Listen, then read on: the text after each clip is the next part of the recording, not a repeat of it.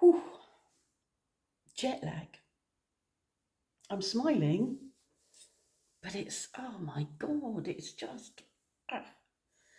We've been back. Today is Monday. It's Monday afternoon, and we've been back since Wednesday evening, and we're still waking at. Well, we managed to delay going to bed now till a normal-ish time, but waking at 2 in the morning, and both of us waking around about 2 in the morning, getting up, coming down. I think the first morning I was batch cooking ratatouille. I was just wide awake, and um, I wish there were more things that I could do at that time of the morning when I'm wide awake. Because I'd achieve things that when I wake up eventually, when I eventually manage to drag myself out of bed too soon, it feels too soon.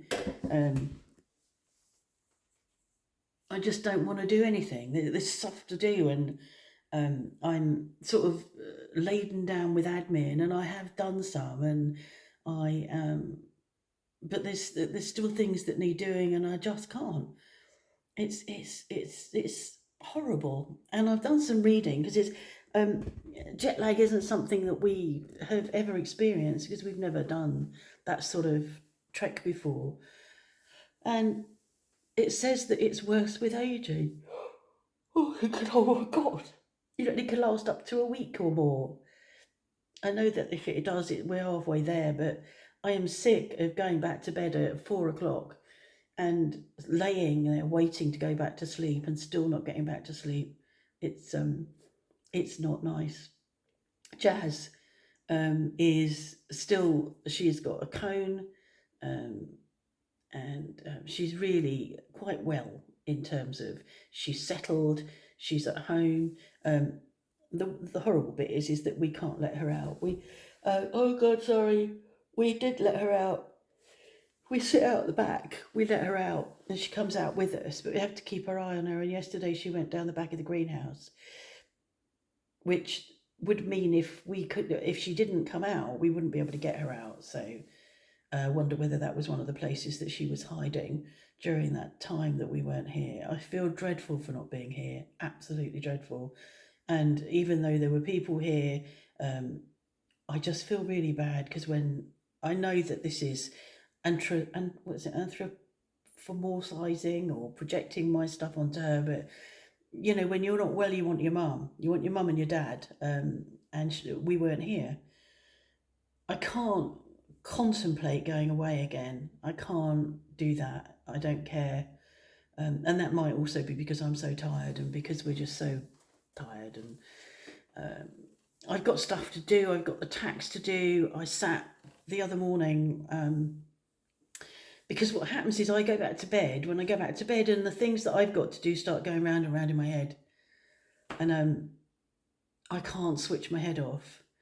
So I've got tax to do. I've got a load of stuff that I've done that's over there on the table, and I've got more to do to it. But I have reached a point of confidently applying to the local office for an appointment for me to take the paperwork in.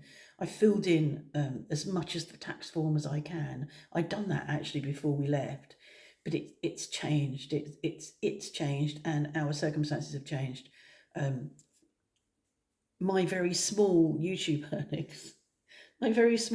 earnings, are a bit of a spanner in the works for me because I don't know where to put them. State of my hair. So yeah, that's a pain, and plus the money that Mark inherited, that has to go somewhere, and I can't work out where. So I need to go in, and I hope that I get somebody that is understanding and kind and isn't officious and snotty, because certainly wouldn't be able to deal with that right now. You can take your snot and take it somewhere else. So I've got that to do, and I had a letter that I needed to write today that I wrote over the weekend that I printed off, and it's not much, but the back won't talk to the printer. So I have to go to my laptop, which is out under the mezzanine, under the stairs, and sit down and fart around with it on the laptop and all of that. And again, it's just, oh, I've got to go and do that. And it doesn't take long. And under normal circumstances, you just go and do it. But for me, it was another task that I had to do. That's done. It's gone into the post this morning. Letter recommandé avec thing. Can't remember, LRAR. That's gone. That's important. I should be able to let go of that now. The wise card. The wise card, I think, caused me the most anxiety over the period that we were away. I was aware that every time I went to pay for something, my anxiety levels would rise because I didn't know whether it was going to work or not, because it had let me down 2 or 3 times at times when I really didn't need it. I think, I don't know, that part of the problem was because we had the 2 months before leaving of all of this uproar, and then preparing to go. And I think, we started off already. I know I started off tired, and then we're traveling west for 8 hours. So I can't remember whether you lose or gain sleep. You certainly discombobulated with regards to time. And I don't think we really ever caught up, because by the time we got on the train and started heading west, did I say east before I meant west?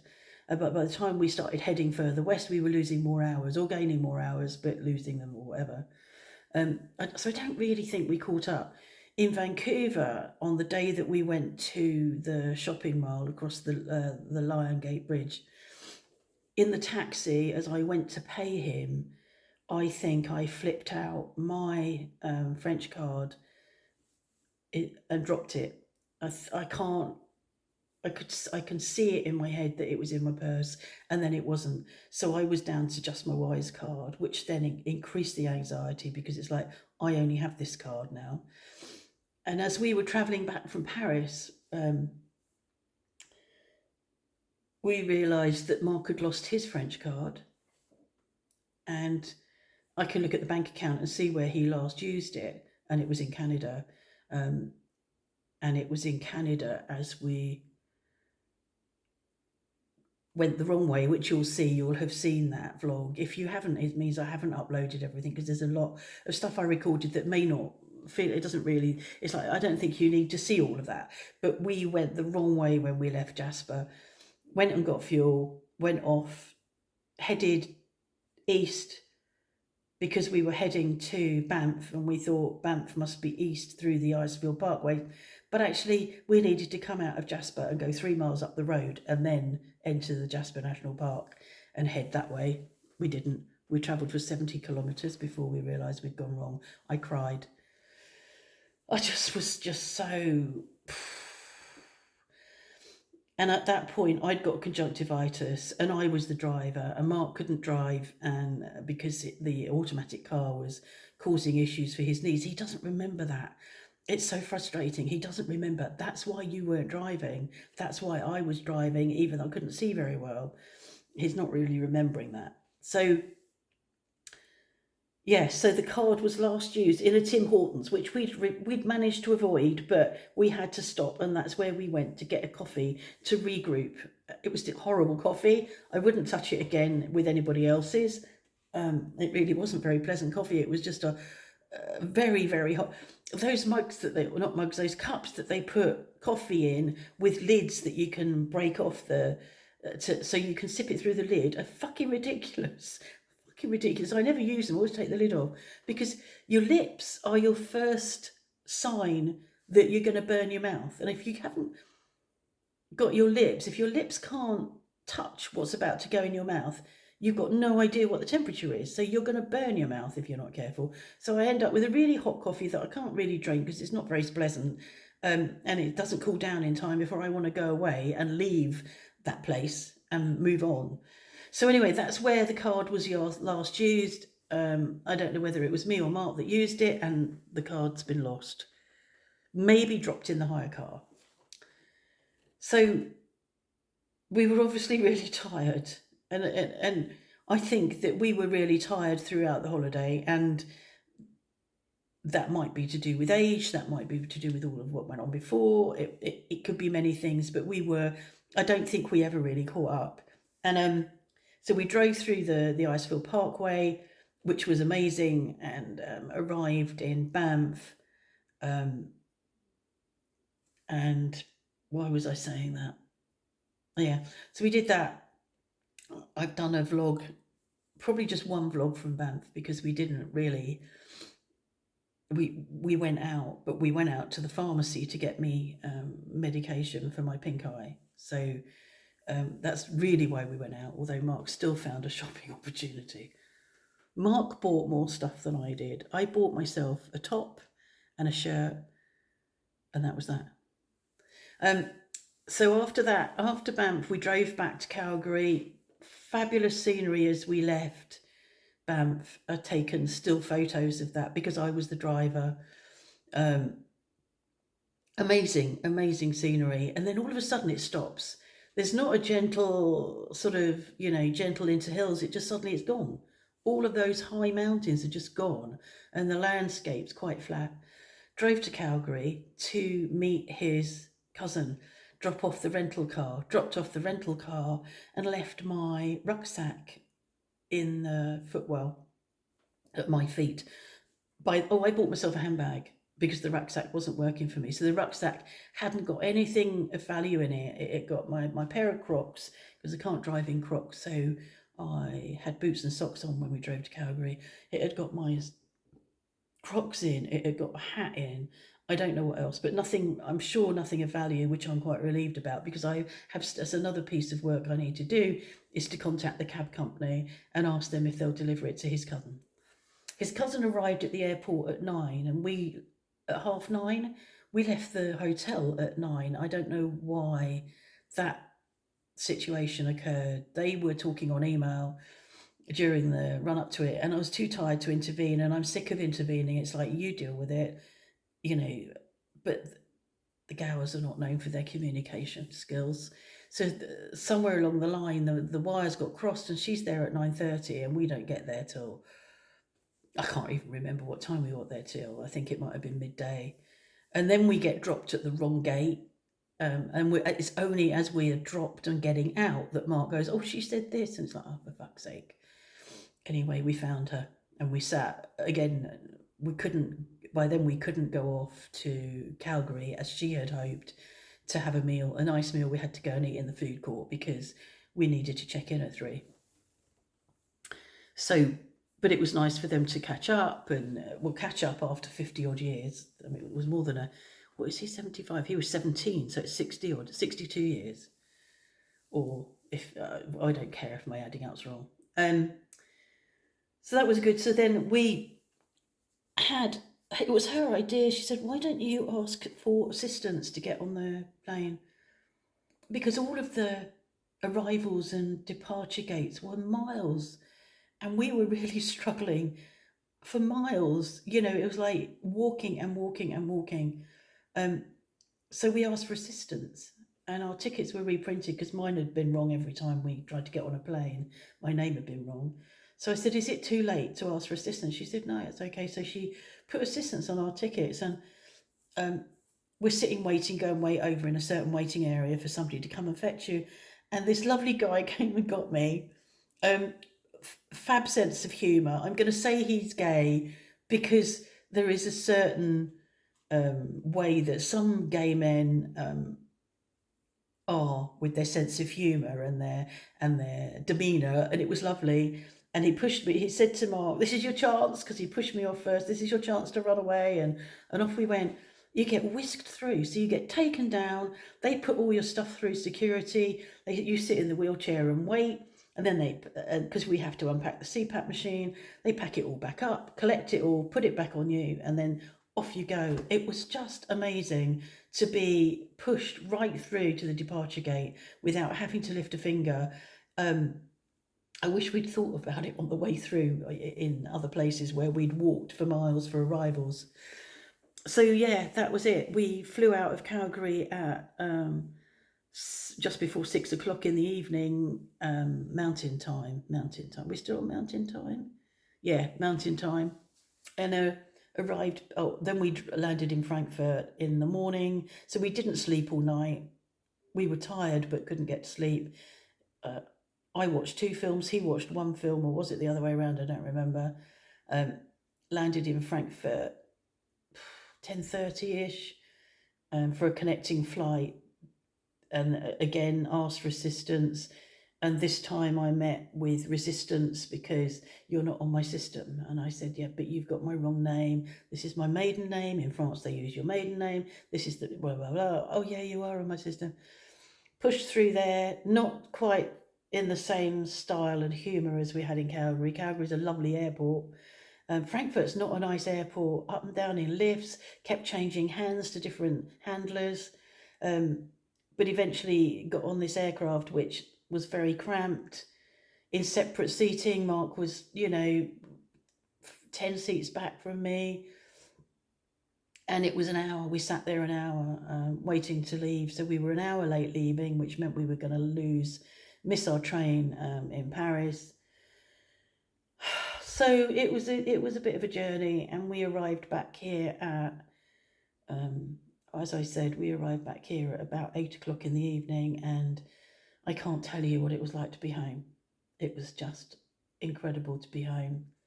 We sat out on the terrace, we called Jazz, we could hear her calling back to us.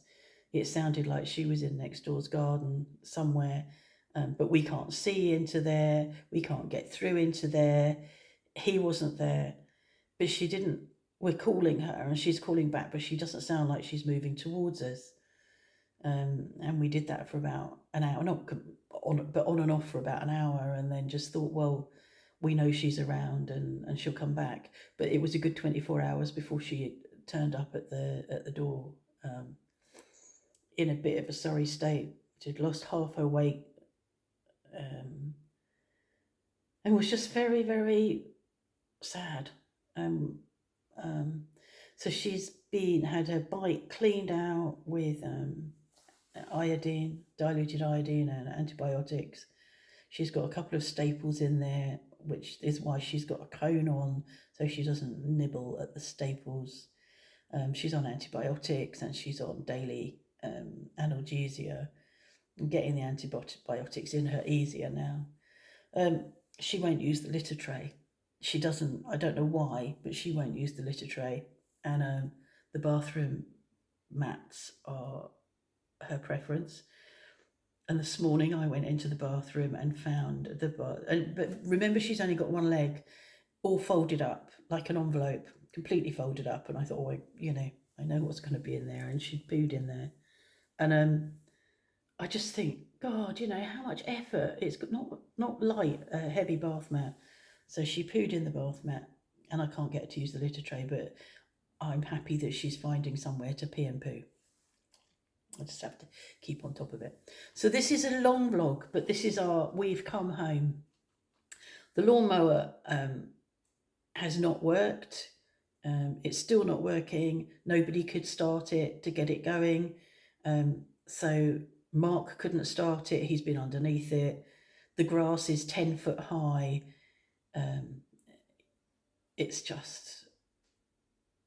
just looks like we've abandoned the house. So he's out there at the moment. Even his strimmer won't do it. He got the strimmer going. That's not really doing it because there's a lot of weeds, tough weeds, but he has got a brush cutter that he can attach to the same, bought brush cutter came with the strimmer. So he's just attached the brush cutter, and I think I can hear him about to start using that. And hopefully he'll try and make some inroads into the front garden because it really looks awful. And in the scheme of things, it's not important, but at the same time, it's like, it would be like, I don't feel that we're back to normal until the house doesn't look like we've abandoned it, and the grass is, up to your ears. It's, I just want everything to be back to normal. I don't know when that will be. So I don't know when you'll get this. It's Monday the 5th, I think. Monday the... Oh, okay, hold on. Yeah, Monday the 5th of June. But there's still a lot to come. You're still on... you're about to start heading towards Jasper, so you've still got another week to do. But I'm going to be quite sparing with what I publish now, because you don't need all the ins and outs. So if there's gaps in, I might have said something and then I say something else as if you've already heard it, you'll know that the gaps are there because I've not published every video. I've got a lot of videos that I took from the train that I've not published. I need to be able to just, I wanted to give you a sense of what we were doing. You don't need to see everything. So it's just that some of it was just so photogenic, it was difficult not to, film, especially if I wasn't the driver. But towards the end of the holiday, I was the driver. So, yeah. So I don't know how many more vlogs you're going to get before you get this. And then there's a jazz one. So the jazz one is first, where I talk about what's gone on with her. The other thing was, you can't teach people that are not poultry keepers in a day or two or in 24 hours what to do with broody hens. You just can't teach that. And as you know, when I left, I had just broken a broody. And when I was travelling back, and I can't remember at what point it was, but it was like we were almost coming home, and I thought to myself, I know what I'm going to find. And I think I may have said it in a previous video that you get one broody, and because they live together, women, when women live together, they tend to menstruate together. Well, hens, when they live together, they tend to go broody together. So when I came back and went down to look at the hens, all four, because we lost the little expat very early on in our holiday, all four Brahmas were all flat in the corner of the hen coop, all flattened out over eggs. And I just went in there, and I just had suspected that would be what I found. And that's what I found. It was like, oh, for fuck's sake. And I really, at that point, could not cope with it. It was like, I can't deal with that. And the cat, and the admin I've got to do, and unpacking, and all of the stuff we needed to do. I just thought, I can't address that yet. So I just thought, well, they just have to sit there.